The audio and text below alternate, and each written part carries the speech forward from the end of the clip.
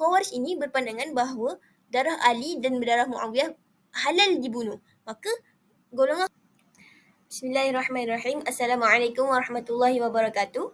Nama saya Siti Aisyah binti Abdul Rashidi dari kelas Pendidikan Islam 1 dari IPG Kampus Perempuan Melayu Melaka. Pada hari ini saya akan membentangkan tentang sebuah topik yang bertajuk Metodologi Al-Quran dalam menerapkan akidah, sejarah pemikiran akidah serta perkaitannya.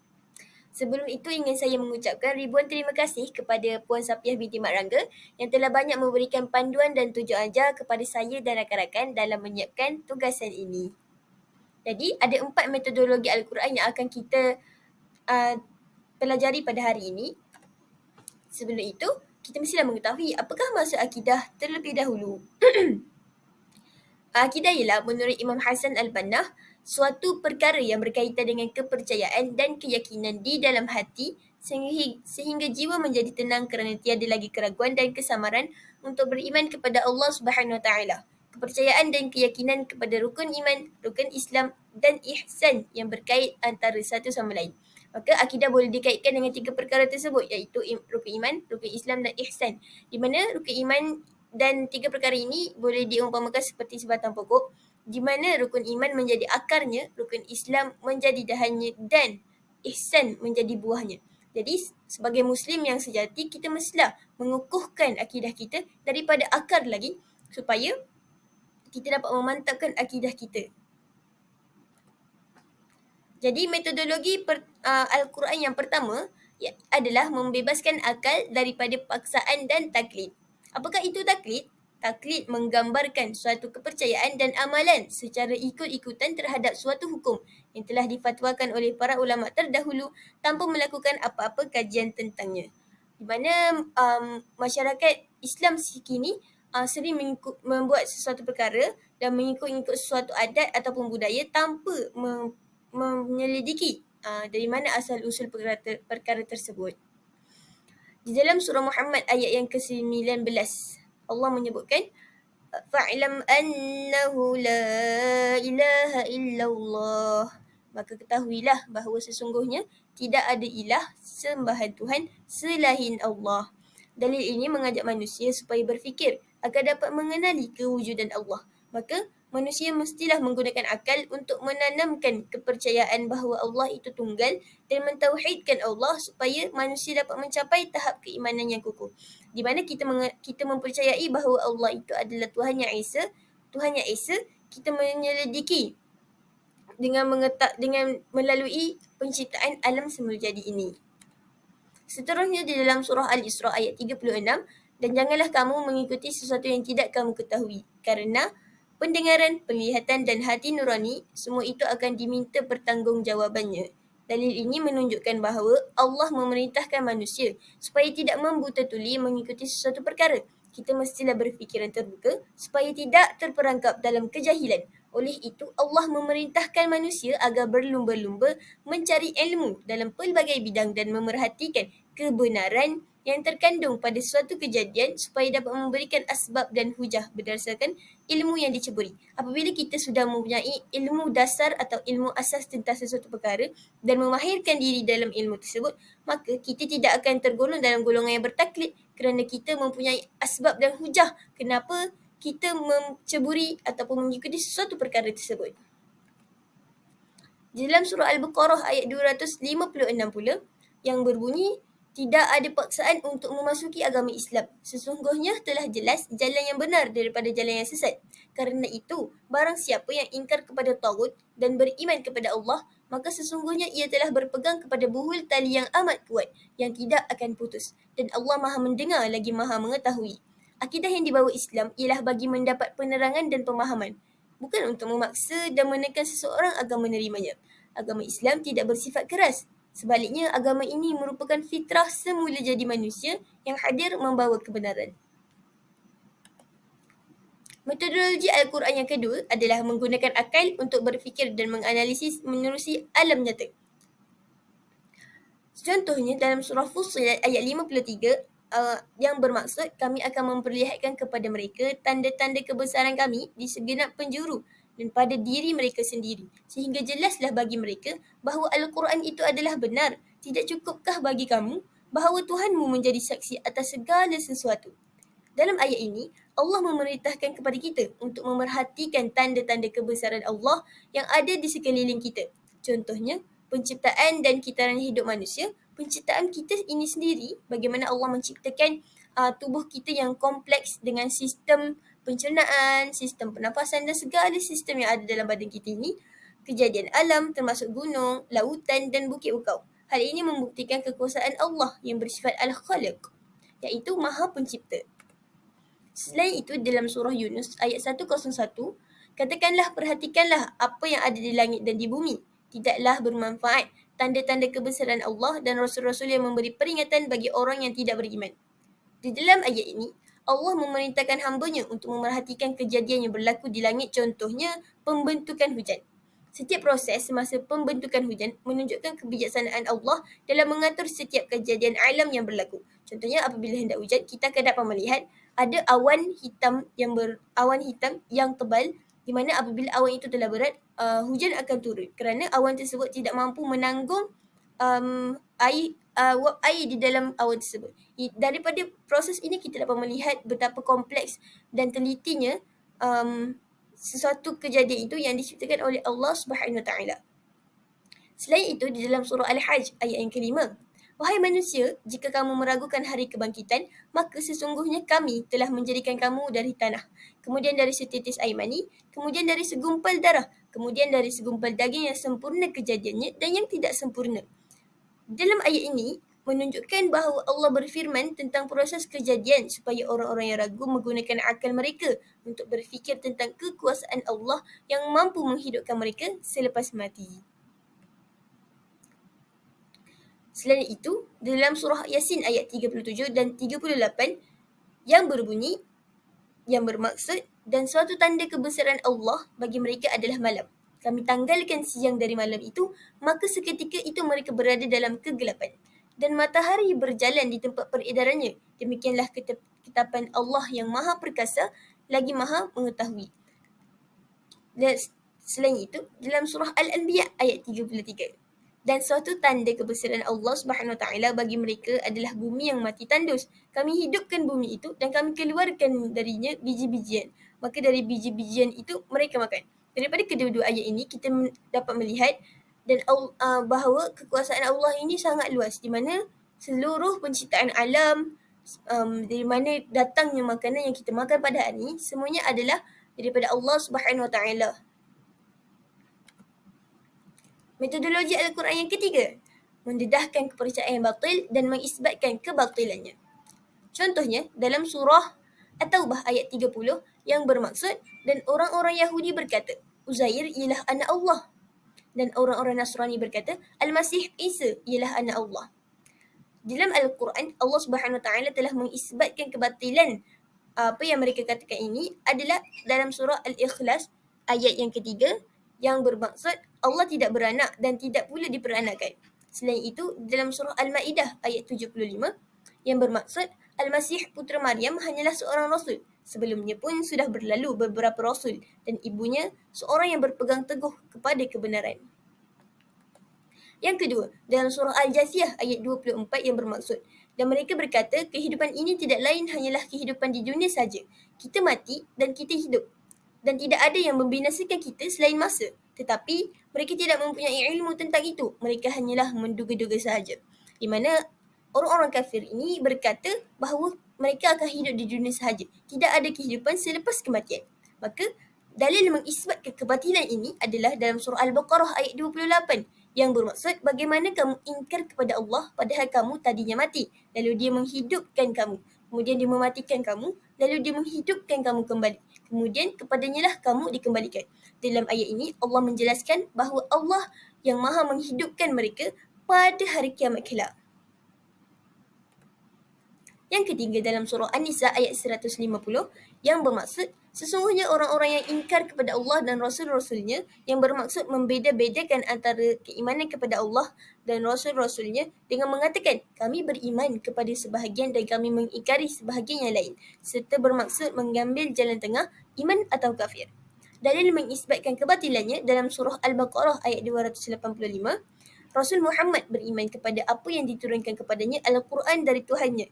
Demikian pula orang-orang yang beriman. Semua beriman kepada Allah, malaikat-malaikatnya, kitab-kitabnya dan rasul-rasulnya. Mereka berkata, kami tidak membeza-bezakan seorang pun dari rasul-rasulnya, dan mereka berkata, kami dengar dan kami taat. Ampunilah kami ya Tuhan kami, dan kepadamu tempat kami kembali. Metodologi Al-Quran yang terakhir, iaitu yang keempat, membentangkan akidah yang benar dan mengisbatkan kebenarannya. Yang pertama, ciri-ciri akidah yang benar. Akidah yang mentauhidkan Allah Subhanahu Wa Taala. Di dalam surah Ali Imran ayat 18 yang berbunyi, Syahidallahu annahu la ilaha illa huwa wal malaikatu wa ulul ilmi qa'iman bil qist. La ilaha illa huwal azizul hakim. Yang bermaksud, Allah menyatakan bahawa tidak ada Tuhan selain Dia. Demikian pula para malaikat dan orang berilmu yang menegakkan keadilan. Tidak ada Tuhan selain Dia yang Maha Perkasa, yang Maha dan Maha Bijaksana. Dalil yang mengisbatkan kebenaran ayat tersebut adalah dalam surah As-Saffat ayat 4, Inna ilahakum lawahid. Sesungguhnya Tuhanmu benar-benar esa. Dan surah Al-Ikhlas ayat 1, Qul huwallahu ahad. Katakanlah dialah Allah yang Maha Esa. Ciri-ciri akidah yang kedua pula adalah mempercayai bahawa Allah mempunyai hak mencipta dan memiliki, kerana segala yang berada di dalam alam ini adalah kepunyaan dan ciptaannya. Di dalam surah Az-Zumar ayat 5 yang bermaksud dia menciptakan langit dan bumi dengan tujuan yang benar. Dia memasukkan malam atas siang dan memasukkan siang atas malam dan menundukkan matahari dan bulan masing-masing berjalan menurut waktu yang ditentukan. Ingatlah, dialah yang Maha Mulia dan Maha Pengampun. Dalil mengisbatkan kebenaran ayat tadi adalah dalam surah Az-Zariyat ayat 47. Dan langit kami bangun dengan kekuasaan kami, dan kami benar-benar meluaskannya. Selain itu dalam surah At-Talaq ayat 12 yang bermaksud Allah yang menciptakan 7 langit dan dari penciptaan bumi juga serupa. Perintah Allah berlaku padanya agar kamu mengetahui bahawa Allah Maha Kuasa atas segala sesuatu dan ilmu Allah benar-benar meliputi segala sesuatu. Ciri-ciri akidah yang ketiga pula, mengakui Rasul dan Nabi sebagai utusan Allah yang ditugaskan untuk menyampaikan wahyu.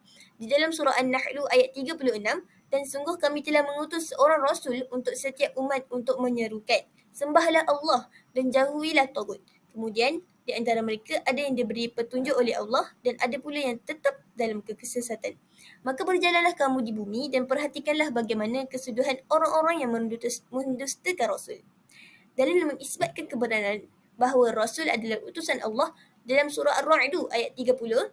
Demikianlah kami telah mengutus engkau Muhammad kepada suatu umat yang sungguh sebelumnya telah berlalu beberapa umat agar engkau bacakan kepada mereka Al-Quran yang kami wahyukan kepadamu. Padahal mereka ingkar kepada Tuhan yang Maha Pengasih. Katakanlah, Dia Tuhanku, tidak ada Tuhan selain Dia, hanya kepadanya aku bertawakal dan hanya kepadanya aku bertaubat.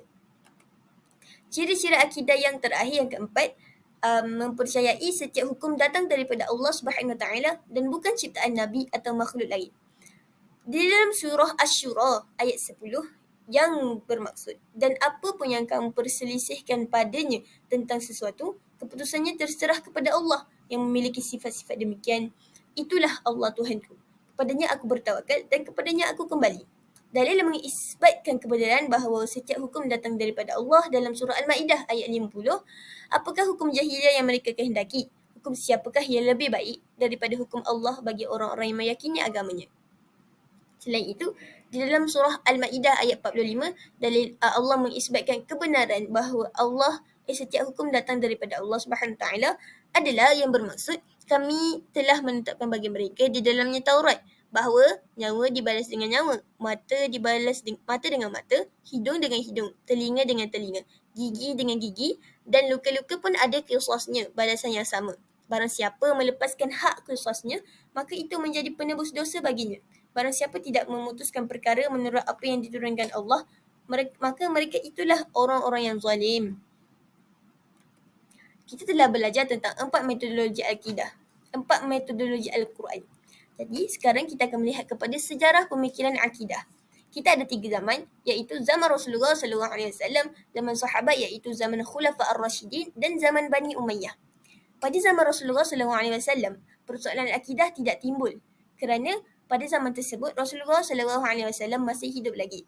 Maka jika sahabat mempunyai sebarang pertanyaan atau persoalan, segala persoalan tersebut akan ditanya terus kepada Rasulullah SAW. Selain daripada itu, Rasulullah SAW juga melarang umat Islam daripada membincangkan isu ketuhanan pada zaman Rasulullah.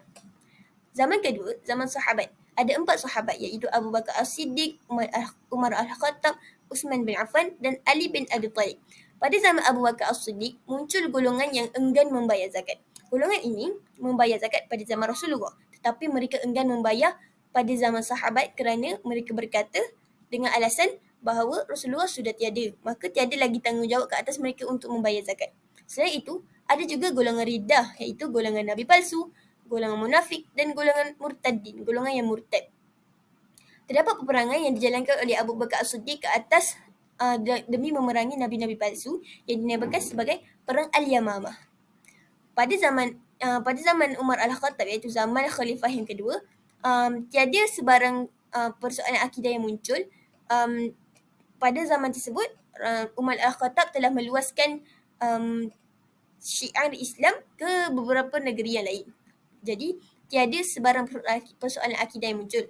Namun, muncul golongan Sab'iyah. Apa itu golongan Sab'iyah? Golongan Sab'iyah adalah golongan yang mentafsirkan ayat mutasyabihat mengikut mereka sendiri. Namun, golongan ini telah dihapuskan oleh Umar Al-Khattab pada zaman tersebut.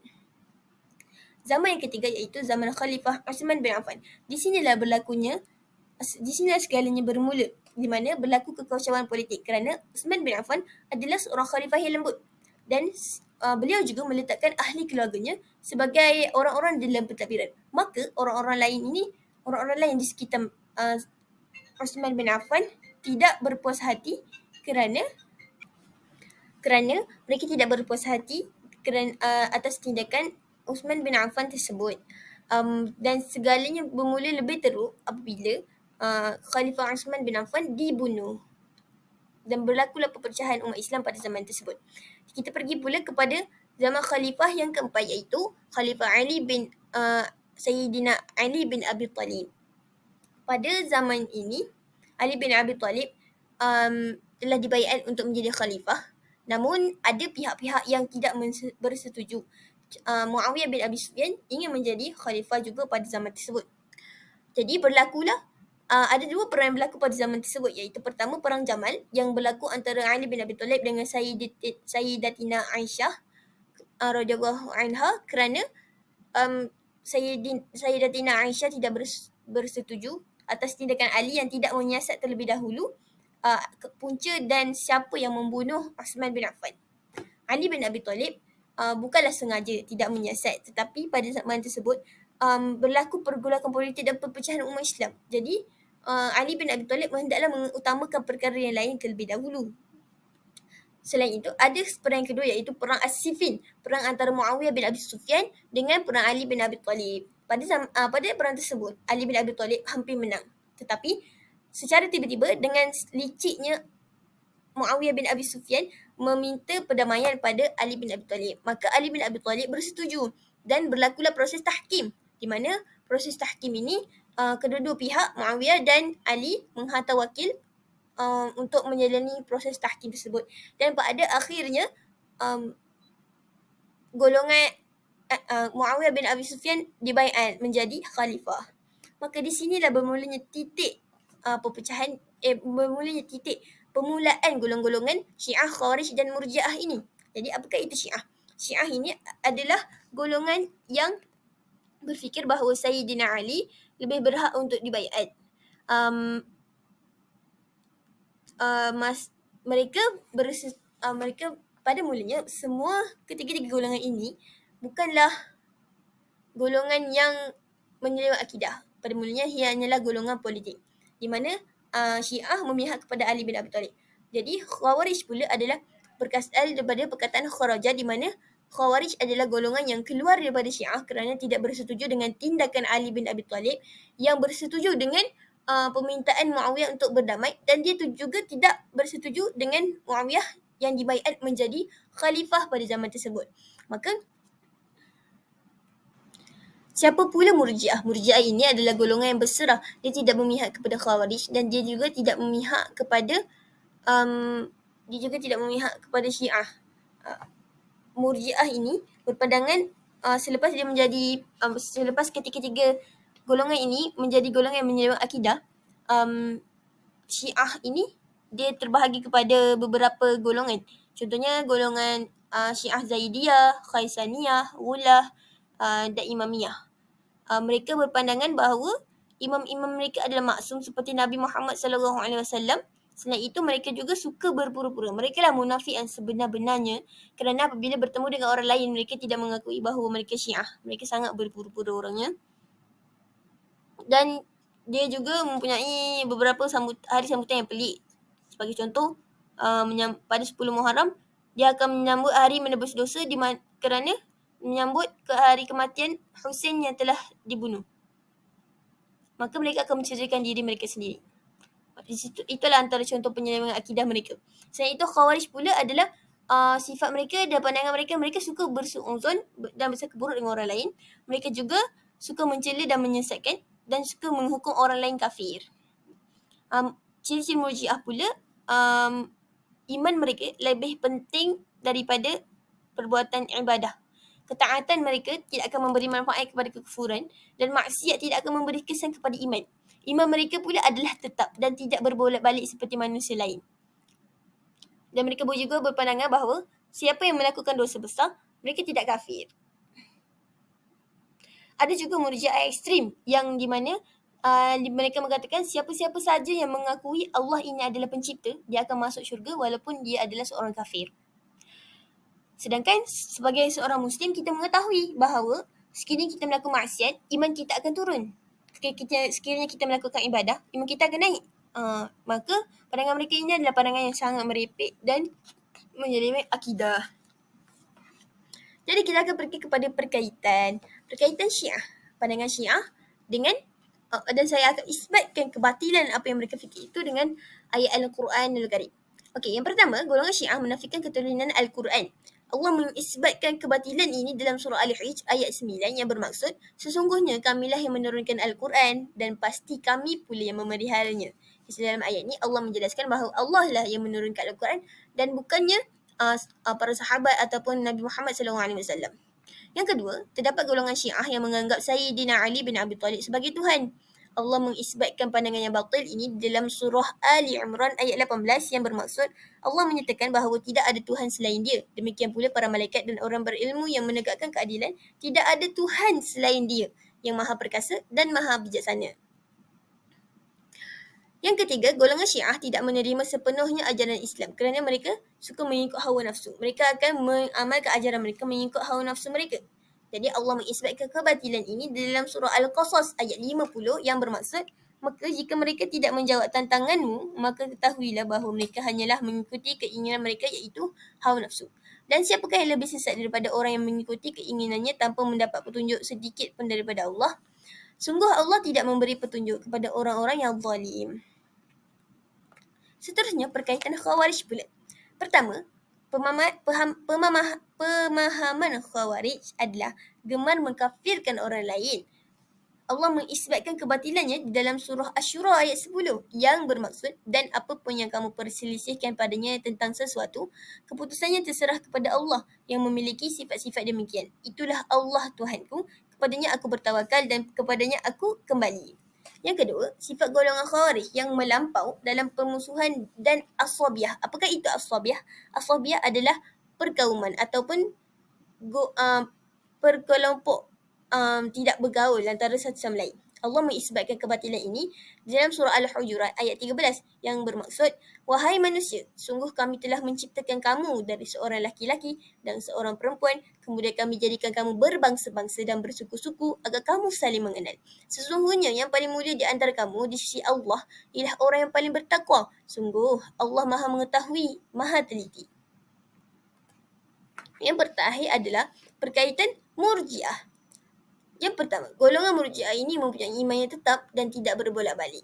Allah mengisbatkan kebatilan ini di dalam surah Al-Fath ayat yang keempat yang bermaksud supaya keimanan mereka bertambah di samping keimanan mereka yang telah ada. Yang kedua, surah At-Taubah ayat 124 yang berbunyi فَأَمَّا الَّذِينَ آمَنُوا فَزَادَتْهُمْ إِيمَانًا. Yang bermaksud, adapun orang-orang yang beriman, maka surah ini menambah imannya.